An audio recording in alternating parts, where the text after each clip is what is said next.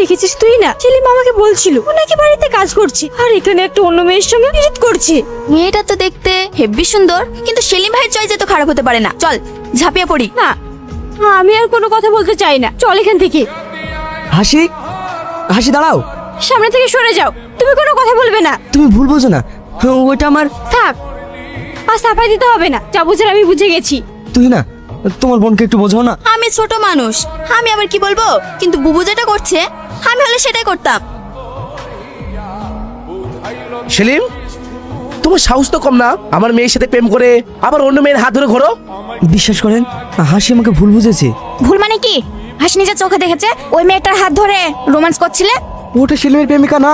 চুপ করো, বন্ধু হয়ে আর সাফাই দিতে হবে না। হাসি, তাহলে তুমিও আমাকে বিশ্বাস করছো না? আমার একটা কথাও শুনবে না? বলো, তুমি কি বলতে চাও? আঙ্কেল, ওটা আমার বোন। বাবা, এখন ধরা পড়ে গিয়েছো বলে প্রেমিকাকে বোন বলে চালাচ্ছ, তাই তো? আমি ওসব বিশ্বাস করি না। আসতে পারি? এ কি, তুমি এখানে? কে এটা? আব্বু, হে সে মেয়ে। ও, কি চাই তোমার? আমার কিছু চাই না, কিন্তু আপনাদের কিছু অজানা কথা জানাতে আসলাম। আমি সেলিমের প্রেমিকা না, আমি ওর আপন বোন। তুমি ওর বোন, কিন্তু সেদিন রেস্টুরেন্টে সেলিমের হাত ধরে ওইভাবে হাসছিলে কেন? আসলে আমি 4 বছর পর কলকাতা থেকে বাড়ি ফিরেছি, তাই সেদিন ভাইয়ের সাথে রেস্টুরেন্টে খেতে গিয়ে একটা আইফোন আবদার করছিলাম। এই ভাই বোনের সম্পর্ক দেখে তোমার যদি খারাপ মনে হয়, আই এম সরি। হাসি, কোথায় যাচ্ছিস? থামো, ওকে যেতে দাও, ওর ভুল বুঝতে পেরেছে।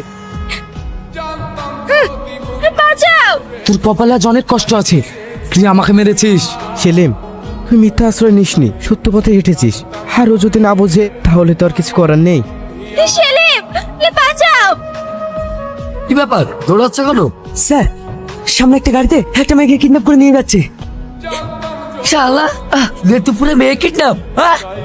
এই, তার সব কটাকে। এই ছেলে, তুমি এনার কে? স্যার, এটা আমার বয়ফ্রেন্ড সেলিম। আমি সত্যিই তোমাকে ভুল বুঝেছিলাম, আমাকে ক্ষমা করে দাও। কি হলো, কিছু বলছো না যে? তুমি তো জানো মেয়েরা একটু অবিশ্বাসী হয়, আমি সহ্য করতে পারিনি। প্লিজ আমাকে ক্ষমা করে দাও। হ্যাঁ বাবা, একটা ভুল বোঝাবুঝি হয়েছে, সেই জন্য তুমি আমার মেয়েকে আর কষ্ট দিও না। আমার মেয়ের কষ্ট আমি সহ্য করতে পারি না। আচ্ছা। আব্বু, তাড়াতাড়ি বোনের বিয়েটা দিয়ে দেন, তাহলে আর ভুল বুঝাবুঝি হবে না। হ্যাঁ, তুই ঠিক বলেছিস।